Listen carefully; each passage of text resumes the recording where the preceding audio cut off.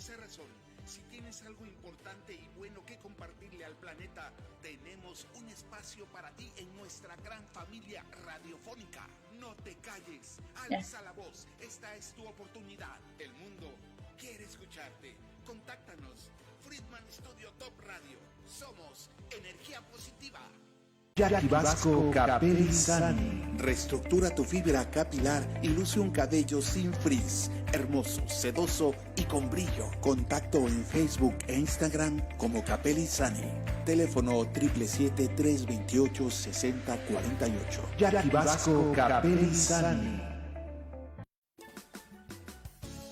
Friedman Studio Top Radio presenta totalmente en vivo Indocentes, un programa dedicado a la educación, investigación, innovación, entrevistas, neuroeducación, docentes inspiradores. Bienvenidos. Queda con ustedes el doctor Sergio Dávila.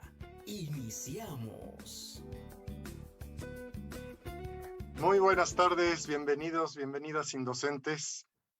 Bienvenidos a este programa en el que conocemos a maestros innovadores, investigadores e inspiradores que no solamente han realizado un cambio en el aula, sino que con su trabajo han tocado los corazones de sus alumnos y de otros colegas. Y es el caso de nuestra invitada del día de hoy, la maestra Lupita Martínez Aguilera. Bienvenida, Lupita, muy buenas tardes. Gracias por estar con nosotros. Hola, buenas tardes. Gracias por la invitación, maestro Sergio. Bueno, indocentes, ustedes saben, no es un webinar, tampoco una conferencia, no es un evento académico formal, por eso no presentamos a nuestros invitados leyendo la totalidad de su currículum, pero déjenme darles algunas pinceladas para que conozcan a nuestra invitada del día de hoy. Ella es profesora en educación física y tiene grupo ahí en la Secretaría de Educación del Gobierno del Estado de San Luis Potosí.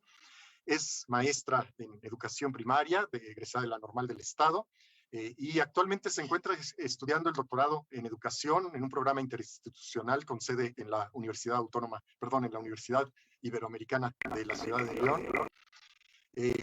Bueno, ella es becaria actualmente del CONACYT, y como estudiante, bueno, tuvo distinciones como el premio a estudiante ejemplar de la trayectoria al éxito en 2018. Ha tenido premios también como por sus clases de educación física en 2020.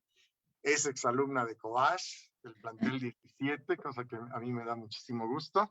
Y es también, en su corta carrera, ya tiene también en su currículum ser la fundadora y directora de una revista electrónica de educación, que es la de AMESCO, una asociación de la que nos va a hablar en un momentito más. Así que, pues bienvenida, Lupita, muchas gracias otra vez.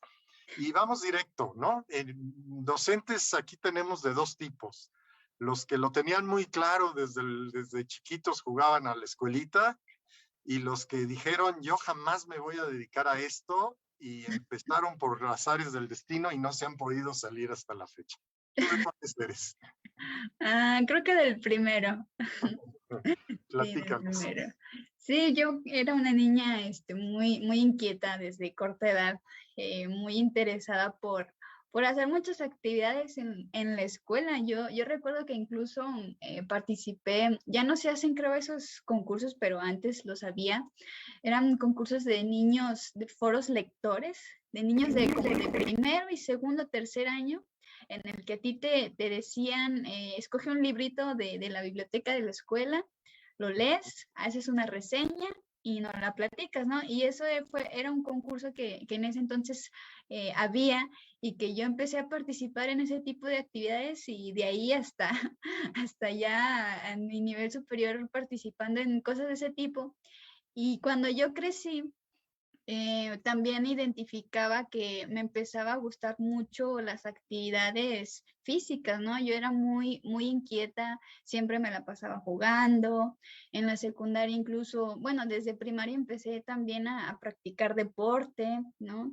En la secundaria recuerdo también empezar con la música. Yo empecé a tocar guitarra, aprendí a tocar saxofón, estuve en una banda de música ahí en la secundaria, ahí en Soledad, que era muy conocida, en la Graciano Sánchez.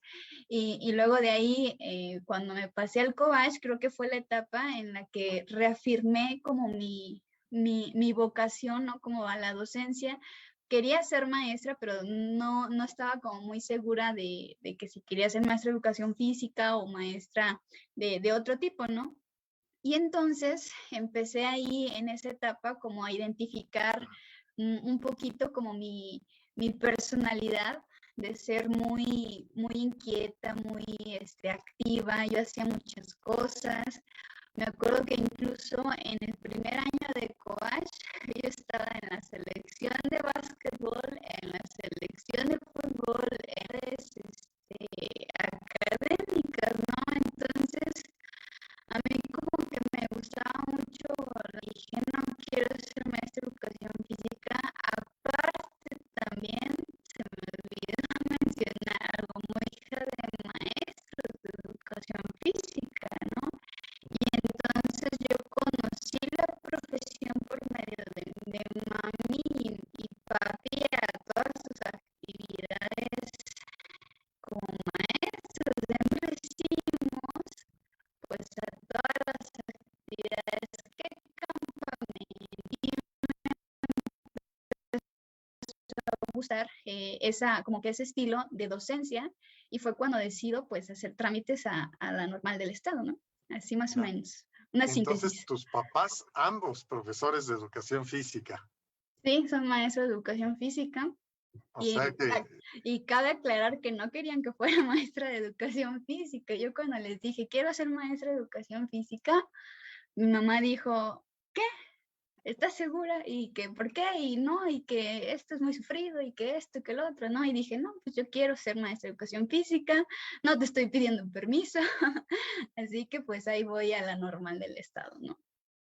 o sea que en lugar de cunero te llevaban ahí en la red de los balones.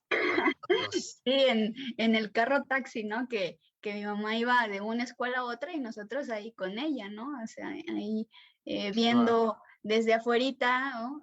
Las clases de ella en las tardes, en la mañana, bueno, por supuesto, yo en la primaria, hubo un momento en el que ella era mi maestra de educación física, ya después no.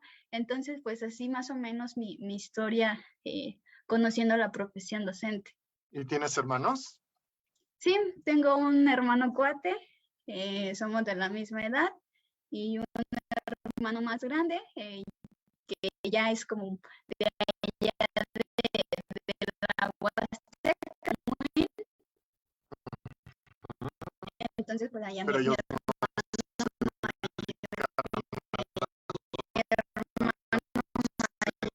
es ingeniero, y mi hermano cuate pues es Oye, y comerciante. seguramente, pues, siendo pues acompañante de tus papás y de verlos, sí, que después, inevitablemente, con tus otros maestros de educación física, que no eran tus papás, pues encontraras cosas que te gustaban más que tus papás, ¿no? ¿Qué cosas de ser maestro de educación física fue lo que te llamó la atención como para poderte querer dedicar a ello? ¿Hay algún maestro, aparte de tus papás, que te haya inspirado Como lo mencioné, dedicarte a esto? cuando estaba en el Cobach, yo creo que fue una etapa muy bonita en mi vida, que dice usted que en esa etapa yo tuve maestras que para mí fueron como muy clave en la manera en la que yo decía, yo quiero ser una maestra como ella, ¿no? ¿Por qué? Pues fueron maestras que a mí me motivaron, que se acercaron a mí y me dijeron, yo recuerdo y todavía lo tengo muy presente, que una maestra en el Cobach, que se llama Sandra, Sandra, me dijo, Lupita, tú puedes hacer lo que tú quieras y vas a ser muy buena en ello. Y cuando un maestro te dice eso, cuando un maestro te habla con una calidez, con esa confianza, pues la verdad enamoras de la profesión docente porque dices, yo quiero ser maestra. Y cuando estuve en ese Cobach, yo tuve muchos maestros así. Yo creo que por eso estimo mucho el colegio de bachilleres en el cual yo estuve, porque a mí me inspiraron, me motivaron, siempre me animaron en todas las actividades que yo tenía. Y pues fue de ahí que yo dije, quiero ser maestra, ¿no? Educación física por mis cualidades, por mi personalidad, pero dije, quiero ser maestra como por ellos y sobre todo, pues obviamente el hecho de que conocía cómo era ser maestro de educación física, yo dije, quiero hacer eso porque a mí me encanta jugar, me encanta estar al aire libre, me encanta interactuar con los niñitos, jugar, y entonces, pues bueno, dije, de aquí soy, ¿no? Fíjate qué interesante, a mí no deja de impresionarme, a pesar de haberme dedicado a esto toda la vida, la influencia que podemos tener tan fuerte los que nos dedicamos a la educación, para bien o para mal, al grado de incluso influir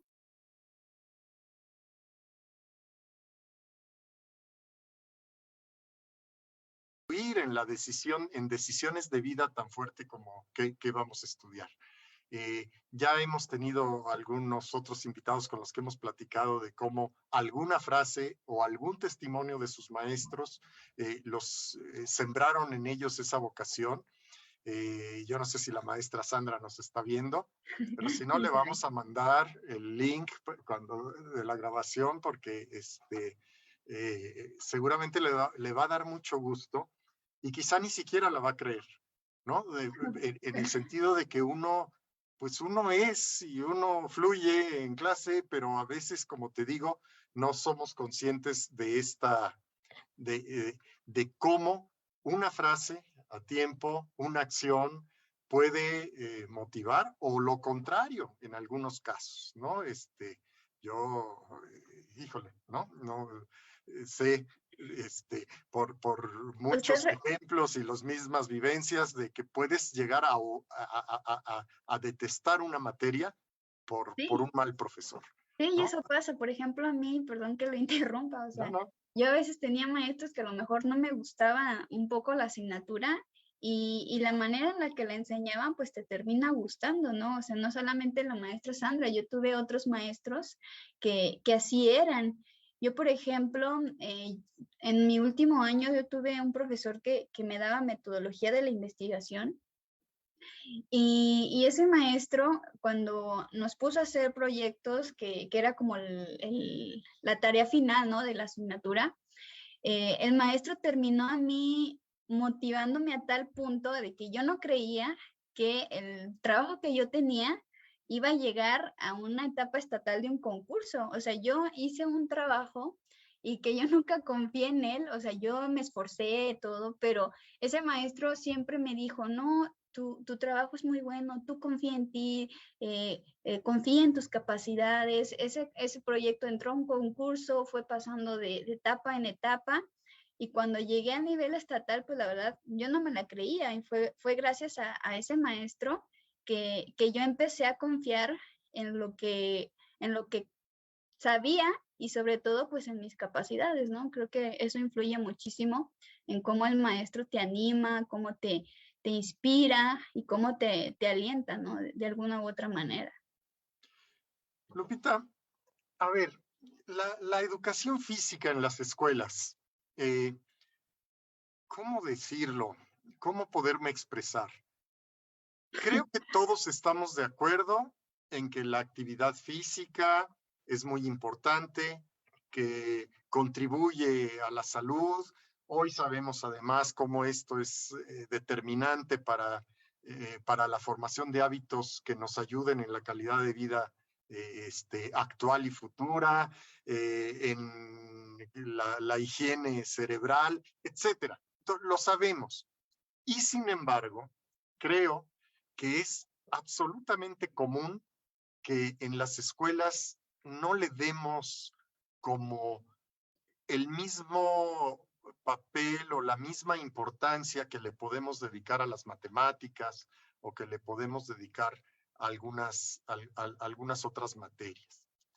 De hecho, híjole, yo te puedo decir fácilmente que mis maestros en primaria y secundaria, pues eran unos señores gordos que andaban con un silbato y que toda la pipiolera de niños los seguían cuando tocaba la hora de educación física y se dirigían a un saloncito donde abrían y sacaban balones. Aventaban los balones, nos íbamos a jugar todos corriendo. Después de una hora o de 40 minutos, qué sé yo, tocaban el silbato, regresábamos los balones y eso era la clase de educación física. Ellos desde luego se sentaban en la sombrita a vernos jugar. Y párale de contar. A lo mejor intervenían cuando alguien se lastimaba y algo así. El niño se desmayaba, ¿no? De tanto que corría. Sí, o a lo mejor pues te ponían a marchar a veces, cosa que no nos gustaba, preferíamos jugar. ¿Cómo es una clase de educación física en serio?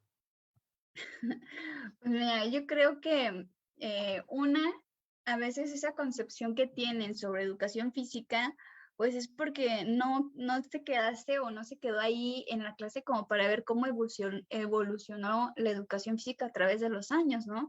O sea, en esa época, las características que usted menciona de cómo era la clase es porque más o menos así era un enfoque en ese tiempo, ¿no? Un enfoque militar, un enfoque deportivo, hacia la iniciación deportiva, que los maestros de educación física enseñaban los fundamentos deportivos del básquetbol, del fútbol, del voleibol, y así era la clase de educación física en ese tiempo, ¿no? Hoy actualmente la educación física tiene un enfoque completamente distinto, más humanista, que no solamente es deporte.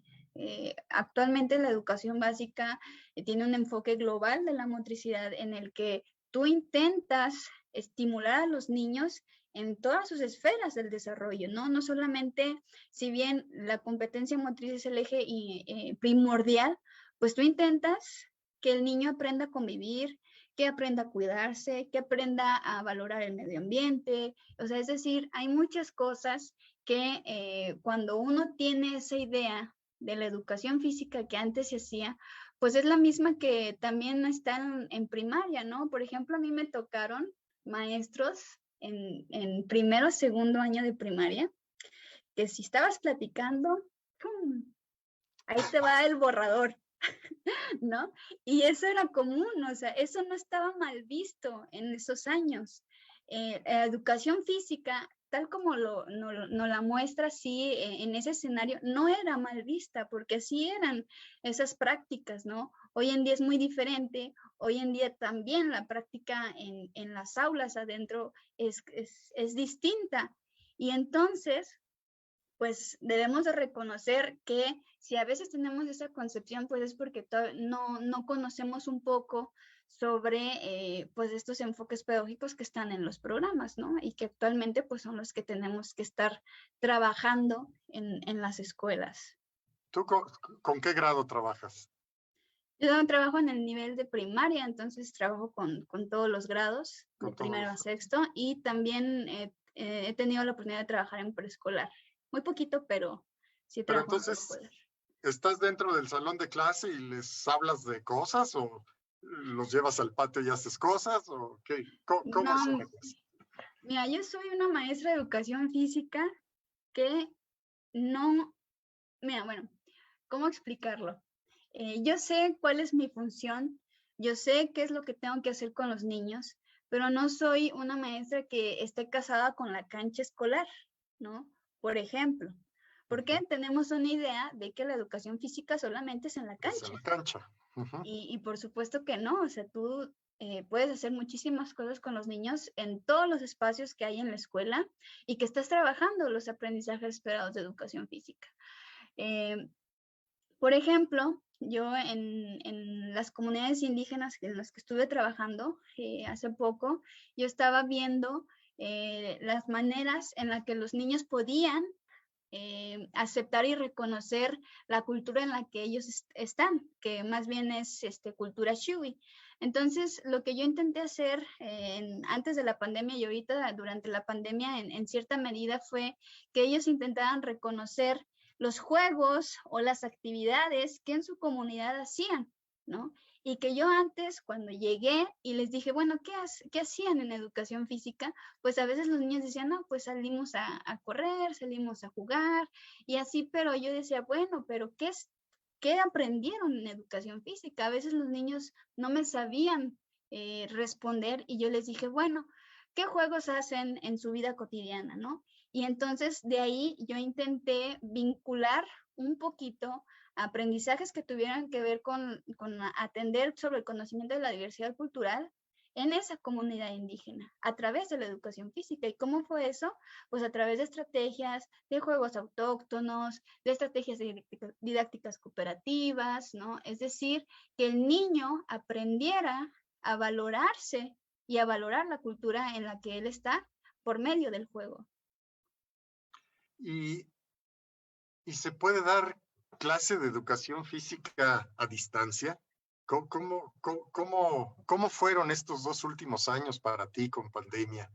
¿Y cómo se supera esta situación? Fue un reto muy grande. Yo trabajando en zonas rurales, cuando nos dijeron que, pues bueno, ya no íbamos a ir a la escuela, las estrategias que uno, por ejemplo, se le vienen a la mente ahorita en una modalidad en línea, pues técnicamente no las puedes hacer ahí. En las comunidades donde yo trabajo no hay señal, por supuesto los niños no tienen computadoras, no tienen celulares. Entonces la tarea que nosotros hicimos como profesores rurales fue hacer materiales de trabajo, llevárselas a los niños, cada cierto tiempo los visitamos, los niños trabajan en sus cuadernillos y pues los estamos recogiendo y así era la dinámica que nosotros hicimos en la modalidad a distancia. Entonces, mi labor como educadora física fue intentar hacer actividades y cuadernillos, materiales de trabajo en los que los niños pudieran trabajar y vincular lo que estaban viviendo en ese momento con los aprendizajes de la educación física, que fue, bueno, qué habilidades de las cosas que tú haces en tu vida cotidiana son las que tú practicas en la clase de educación física, ¿no? O sea, preguntas en las que los niños reflexionan, en las que les propuse hacer actividades, en las que los niños también imaginan qué juegos pueden hacer estando en casa, que en realidad, pues en las comunidades rurales no siempre están en casa, están en la calle jugando, están en los campos, entonces pues tú tienes que ver de qué manera vas a vincular lo que tú estabas haciendo en tus cuadernillos con lo que los niños están haciendo en su vida diaria. ¿Y sigues trabajando a distancia? Sí, todavía seguimos a distancia. ¿Y lo sigues haciendo de la misma manera o qué has cambiado durante pues, bueno, ahorita de ese 2020 ahora? Bueno, ya hubo un momento en el que pudimos ir presencialmente, ¿no? Entonces, el trabajo, pues, intentamos hacerlo lo más regular posible, a como veníamos trabajando antes de la pandemia, pero pues con ciertas dinámicas diferentes, ¿no? Los niños, por lo regular, van la mitad en la mañana, la mitad en la tarde, y así, entonces, los grupos son menos reducidos, por supuesto, el tiempo es menos que se da de educación física. Y pues bueno, volviendo a la distancia, pues igual, emplear la misma estrategia con los materiales que nosotros diseñamos para los niños. ¿Has sentido que de parte de tus colegas o de parte de las autoridades de tu escuela alguna vez tengan esa visión de relegar tu materia y decir, bueno, ahorita pues vamos a dedicarnos nada más a matemáticas y español para las olimpiadas o los concursos que haya ahora No, nunca, o sea, para preparar el Festival de Día de las sí, como de Madres. que me hagan un ladito de primero está español y matemáticas, ahorita educación física no se ve. No, nunca me ha pasado.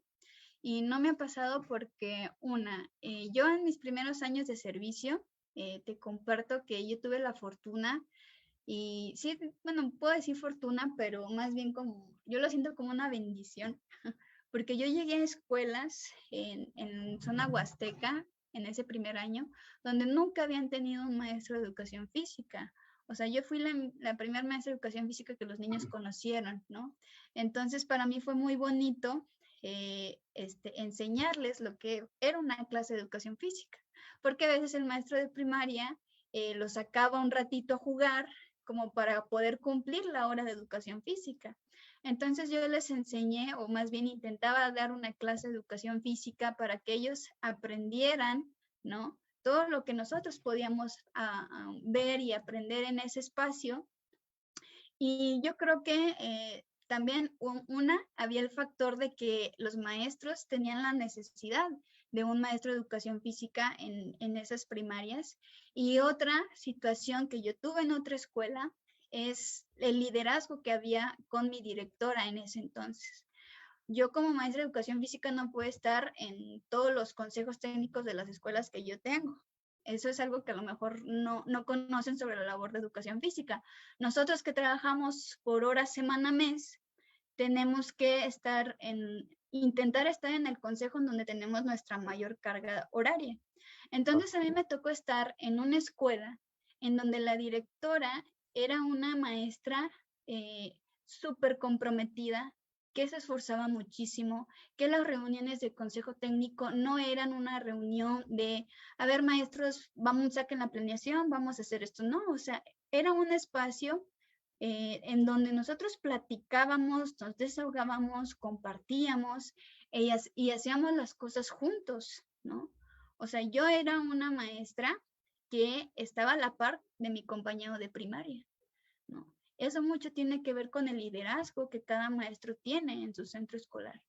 Y eso me ha pasado en las escuelas que yo he estado. En ninguna escuela a mí me han dicho, maestra, bueno, déjenos trabajar a nosotros. Déjenos las horas para preparar o sea, el acto yo cívico. siempre he participado, pero ha sido gracias a que también mi maestro de primaria, mi compañero de primaria, que la directora y por supuesto también reconozco que la labor que cada uno realiza es importante, ¿no? Creo que eso es algo que muchas veces como profesores, no como educadores físicos, sino en general, como que se nos olvida que todos tenemos una función, que todos somos importantes y que no porque, por ejemplo, yo soy de educación física, que de repente veo ahí en el Face o así comentarios de que pues yo soy el más importante porque sin mí los niños no sabrían escribir, ¿no?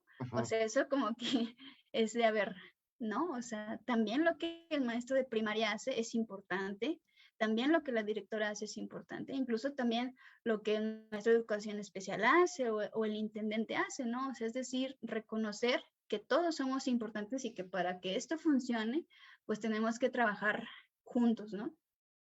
Y a ver, precisamente entonces para redondear esta idea de la educación física hoy. Entonces, si yo te preguntara, ok, la educación física no es como yo la viví en la prehistoria, sino ahora, ¿qué se pretende? Así en pocas palabras, ¿qué es lo que tienes que lograr que logre un niño de primaria? Que desarrolle un niño. Bueno, en palabras del libro, que sea competente motrizmente. ¿Qué quiere decir eso? Que el niño salga afuera y que sepa saltar un obstáculo, que sepa acachar cuando algo le avientas, ¿no? Que sepa poder vivir la vida cotidiana sin ninguna restricción, ¿no? De repente nosotros no sabemos ni siquiera cómo pasar una bardita, ¿no? Y a veces son cosas que tú dices, bueno, esto lo debí de aprender y no lo aprendí, ¿y qué pasa? Que si no lo aprendo, pues me vuelvo incompetente, ¿no? No puedo resolver un problema de la vida cotidiana. Y eso es lo que hace la educación física. Ya voy entendiendo por qué ¿Por qué nunca he podido aprender a bailar? Creo que fue culpa de mi maestro que me aventaba el balón. Bueno, Lupita, pero llega un momento en que no te quedas, y creo que es un momento muy, muy pronto, que no te quedas satisfecha con enseñar, y a pesar de la pasión que tienes por tu profesión, sino que nace en ti otra segunda pasión, que es la investigación, ¿no? Entonces, platícame ahora de dónde surgió esta idea de decir, pues sí, quiero investigar al grado de que pues ahora estás haciendo un doctorado en educación. Sí, como, ay, perdón, como lo mencioné, mm, todos piensan que fue en la normal cuando yo empiezo como el interés por investigar, pero en realidad, como le digo, fue en el Cobach en el que yo empecé a hacer proyectitos y que yo Ajá. dije, me gusta la adrenalina que siento cuando estoy trabajando, cuando estoy investigando algo, y ahí surge mi primer proyecto de investigación en ese último semestre. Y cuando entro a la normal, yo digo, quiero hacer investigación, pero lo quiero hacer en educación, ¿no? Y entonces yo cuando estuve en la normal, que fue una experiencia algo como compleja, porque mi formación inicial no me estimuló para poder ser maestra y ser investigadora. O sea, es decir, yo tuve un programa en el que me capacitó muy bien como en las competencias didácticas en educación física, pero Muy en investigación, ¿no? profesionalizante. Ujú. Pero en investigación no hacíamos nada, ¿no? No había ninguna lectura, no hubo ningún libro en el que nosotros pudiéramos aprender por ejemplo, reflexionar sobre nuestra propia práctica, aprender a hacer investigación de nuestro trabajo, nada. Entonces, yo solita, en la normal creo, como que indirectamente me creé ese ambiente de estimulación para poder aprender a hacer investigación. ¿Cómo?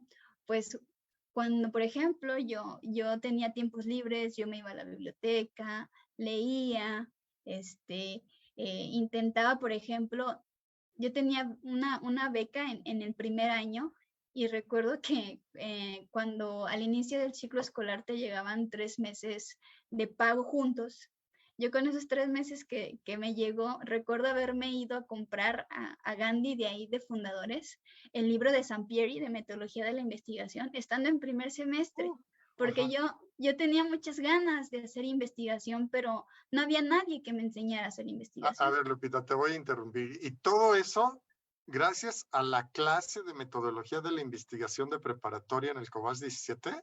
Sí, ajá, ¿Te como acuerdas de lo quién era dije. tu maestro? Sí, lamentablemente pues ya falleció hace unos años. Entonces yo ¿Cómo se recuerdo muy llamaba? bien, Nada más como un homenaje póstumo, si te acuerdas. César, era el maestro César Chávez, me dio Bueno, clase. pues Y yo mira, ¿no? recuerdo muy bien esos ánimos que a mí me dio para poder hacer ese proyecto de investigación. Te lo digo porque metodología de la investigación en prepa también es como educación física en algunas primarias, ¿eh? Digo que todavía los alumnos se toman con un vaso de agua como si fuera una píldora Sí, que les da sí, asco y sí. que no quieren, y como un mal necesario, y ya la movieron de sexto semestre a primer semestre, y ahí la andan Sí, no, moviendo un yo poco a ver recuerdo, dónde queda mejor, pero como que todavía hay muchas sí, yo recuerdo resistencias y cuesta trabajo, ¿no? esa Lupita de primer año de normal, queriendo aprender a hacer investigación por su propia cuenta. O sea, yo me fui a comprar ese librito que luego ahí dicen carísimo, por cierto. O sea, porque yo veía que Sampieri era al que más Era el más vendido. referenciaban en las Sí, investigaciones. Era exactamente. la edición 2014, la última, ¿no? Y yo solita. Entonces, ¿qué pasa en la normal? Que yo empiezo a querer hacer como proyectitos de investigación. Yo invité, por ejemplo, a un amigo a hacer un trabajo en el que dije, mira, vamos a hacer esto y vamos a reflexionar por qué en educación física no hay tanta investigación y no sé qué tanto, y así, ¿no? Yo recuerdo haber hecho un trabajo que lo hicimos como un tipo ponencia porque era como un esbozo de esa microinvestigación. La mandamos a un congreso en Monterrey, la aprobaron Y yo me fui de tercer semestre de segundo año a exponer una ponencia de investigación donde yo conocí a unas maestras de la normal también, que coincidimos en ese evento y que desde ese punto me les pegué. No eran maestras de educación física, pero yo me les pegué a ellas porque les dije, es que quiero aprender y quiero esto y lo otro. Y en la normal, yo estuve colaborando con esas maestras, ayudándoles, por ejemplo, yo recuerdo que iba a hacer encuestas a los maestros, ellas hacían trabajos como de tutoría, eran sus líneas de investigación, y así, o sea, yo así intenté aprender, ¿no? De maestras que no eran de educación física, ¿no? Entonces, esa fue como mi experiencia en la normal haciendo trabajos, aprendiendo de profesores que lastimosamente los de educación física pues no eran investigadores. Entonces mi acercamiento fue con maestros que eran de otras áreas, ¿no? Así Ajá. fue. Y cuando descubres que hay otro horizonte, que sí hay, aunque sean pocos, pero que sí hay investigación en educación física, o sigue siendo un terreno no explorado? Pues bueno, en la normal en ese entonces, no, Eras la no única. había. Ajá. Yo, por ejemplo, no sabía lo que era un cuerpo académico, yo lo aprendí con esas maestras, yo aprendí que había un reconocimiento para un profesor investigador que era el SNI, ¿no? Y yo dije, en algún punto yo quiero ser SNI algún día, ¿no? Estando en la normal. Yo desde ahí yo dije, yo como que me ponía a reflexionar. A veces en el salón decían los compañeros, es que nosotros agarramos programas de otros países y que nosotros siempre usamos autores que no son de México. Y yo decía, bueno, pues ¿y tú qué estás haciendo, no? Entonces yo desde ahí dije, bueno, voy a intentar hacer cosas. Empecé a escribir un libro. Y entonces dije, quiero hacer carrera en investigación, aunque no haya modelos en ese punto de mi vida de educación física, pero que ya ahorita actualmente en servicio, pues son muy poquitos, o sea, tampoco es que te pueda decir, hay muchísimos, ¿no? Ajá. En realidad me di cuenta que también era una área que no había como esos modelos en donde yo podía decir, ay, maestro, conozco su trabajo y esto, o sea, son muy poquitos. Y los que yo conozco, que son profesores investigadores en el área de educación física, pues están en el nivel superior, ¿no? Y no aquí en San Luis, o sea, en otras escuelas, ¿no? O sea, en otros estados, en donde esos profesores que investigan en educación física son de universidades, por ejemplo, autónomas, ¿no? De Baja Sí, California, de bueno, eso se da Colima. en todo, ¿no? Yo creo que es una de las cosas que yo he criticado en las políticas públicas educativas de nuestro país, que todo mundo reconocemos la importancia de los primeros años de los niños para determinar su desarrollo, etcétera, ¿no? Hay quienes hablan de los 6 primeros o más allá, pero los primeros años. Y sin embargo, toda la investigación, todos los premios y los apoyos están orientados Sí, al en que educación estudia superior. el cambio en el pH del esperma del erizo de mar como producto de la contaminación y bla, bla, bla, pero no en qué sucede con los niños de preescolar, que tendríamos que ver ahí cómo apoyarlos mejor para que se desarrollen de una mejor manera. Son pocos y casi No, nunca SNIS y sin recursos, ¿no? y lo que sucede es que los que investigan en educación básica no están en educación básica.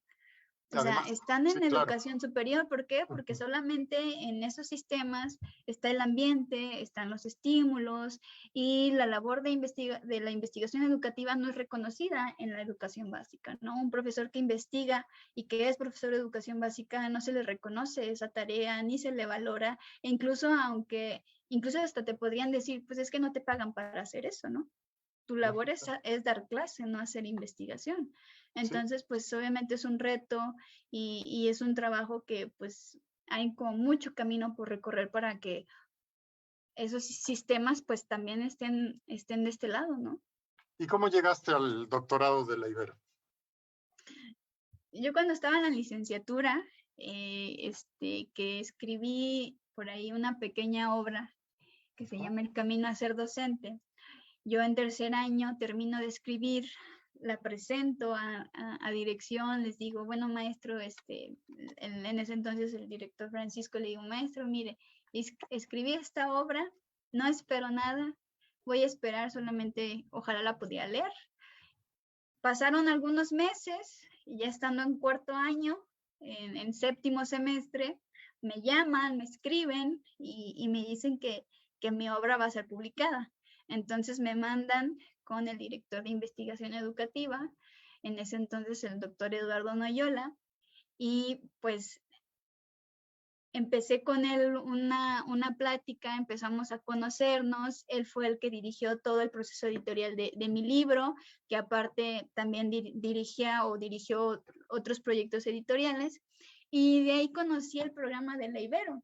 Él me dijo, Lupita, si te gusta esto, yo creo que este programa podría ayudarte a formarte en la investigación, un programa flexible, el cual yo egresé, y me empezó a platicar de ese programa de la Ibero. Entonces después dije, ok, pues para obviamente estar en un doctorado tengo que estudiar una maestría. Saliendo de la normal, me meto a estudiar la maestría y yo ya sabía más o menos que ese programa podría ser una opción para mi formación como investigadora, y empiezo a investigar también otros programas. Aquí en San Luis no había un programa de ese nivel para formarte como investigador educativo, y dije, yo quiero estar en ese programa.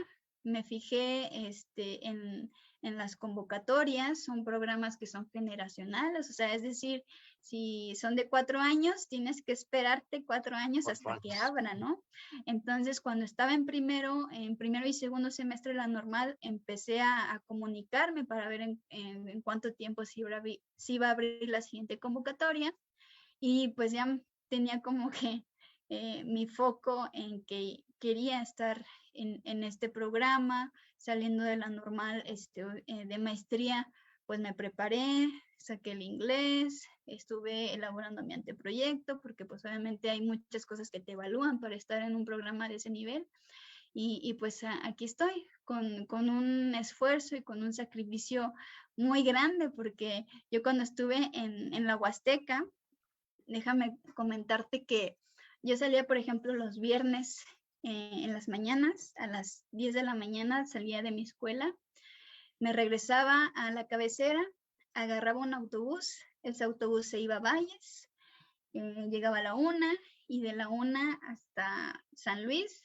6:30, a las 7 yo ya tenía que estar en la normal para estudiar la maestría. Y fueron 2 años, pues obviamente, pues muy, muy bonitos, con muchas aventuras, muchos sacrificios, en el que he disfrutado muchísimo mi carrera, mi profesión, a la par de mi formación en investigación. ¿Y qué estás investigando en este doctorado? ¿Sobre qué va tu línea, tu proyecto? Voy a hacer una etnografía sobre el trabajo y la práctica docente de los profesores de educación física en contextos rurales, que es algo de lo que he venido también hablando un poquito desde la maestría de mi trabajo ahí en ese posgrado. Lupita, yo no tengo una bola de cristal, pero si la tuviera, sé que vas a continuar siendo un referente importante en la educación estatal, cosa que me da mucho orgullo y mucho gusto, pero yo te veo como formadora de maestros. ¿No te llama la atención formar maestros en la normal, en la UPN o qué sé yo, donde sea?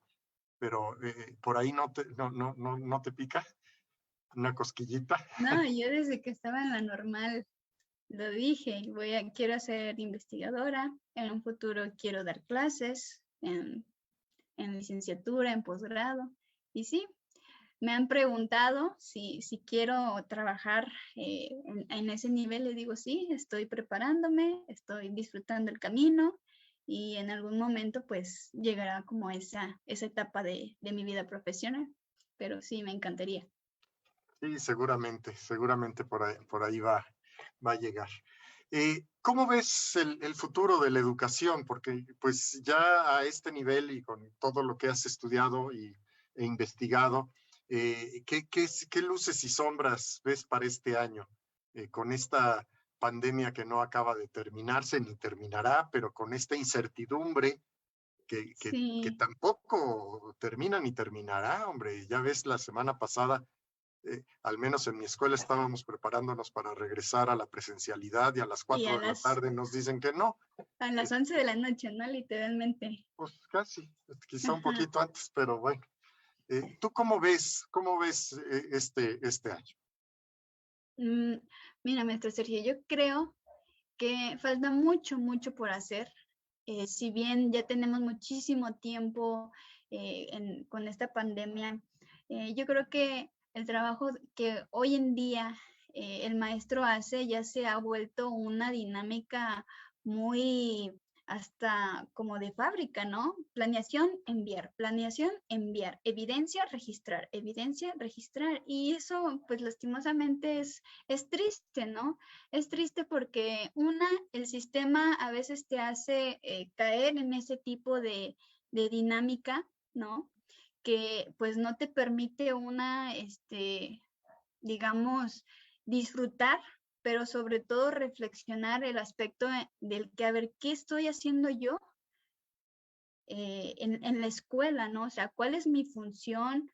Hasta dónde yo puedo hacer algo, ¿no? Para ayudar a esos niños que saliendo de hacer su tarea se van a cortar caña, se van a trabajar, se van a cuidar a los niños más chiquitos que tienen en su casa, se van a ayudar a las abuelitas, ¿no? O sea, a veces creo que no hemos terminado por entender que hay una vida que vive el niño y que tú no puedes alejarte de lo que él está viviendo para darle un trabajo que muchas veces lo que pasa es que de repente es muy común que pásenme cuadernillos, ¿no? Y así como te los pasan, hay maestros que los envían, ¿no? Sin ver el contexto, sin ver los aprendizajes que tú debes enseñar. O sea, es decir, hay una dinámica muy complicada que ahorita el maestro todavía hoy en día está haciendo, ¿no? Y entonces hay que reflexionar, creo yo, los maestros, también obviamente me incluyo, reflexionar sobre qué estamos haciendo como maestros. O sea, si yo estoy enseñando algo, ¿por qué lo estoy enseñando, no? O sea, reconocer que si tengo debilidades, si tengo áreas de oportunidad, pues tengo opciones, hay muchas ofertas, hay muchos caminos para yo poder aprender a ser mejor. Y creo que a veces no reconocemos por el ego que tenemos, por el hecho de que no, pues si yo tengo mis años de servicio, pues por algo son, y lo que yo sé es lo que debe de ser, ¿no? O sea, falta mucha humildad, falta mucha empatía, y entonces hay que darle más sentido a mi profesión docente, hay que volvernos a enamorar de la profesión docente para no estar pensando que lo mejor de mi profesión docente es la quincena, ¿no? O sea, hay muchas cosas que hay que hacer. Por cierto, hoy es quincena. Oye, Lupita, Cierto. vamos casi a la parte final de nuestro programa, pero yo quiero leerte un poquito de la gente que se ha conectado y que te saluda. Está Sibyl González, que te felicita por tus logros y por tu empeño. Dice que eres digna representante de la educación física. También te felicita José Ovalle Alonso. Ena María Literas, como siempre, nos saluda. Muchas gracias, Ena María.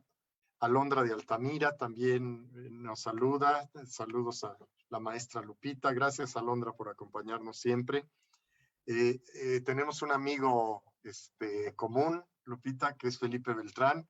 Y está por ahí Felipe. Muchísimas gracias por Saludos. acompañarnos, Felipe. Gran Gracias. charla, inspiradora, la dinámica de compartir experiencias, dice.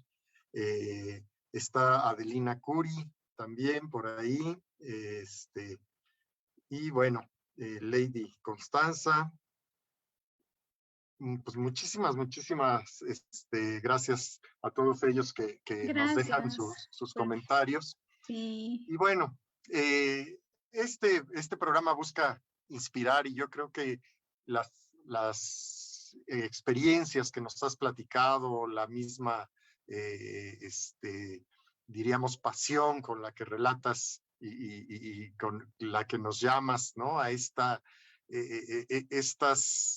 ideas de cómo puede uno ser mejor investigando, pero cómo esto al mismo tiempo, paradójicamente, te invita a ser más humilde, a reflexionar lo que haces, a darte cuenta que a lo mejor no necesariamente todo lo que hacemos, aunque nos haya funcionado, tengamos que seguirlo repitiendo. Así que este programa busca inspirar un poco. Y entonces siempre les preguntamos a nuestros invitados si tendrían alguna película, alguna serie o algún libro favorito que tenga que ver, no sé si con educación física, con la docencia, ¿no? Y que tú les recomendarías a tus colegas. sí.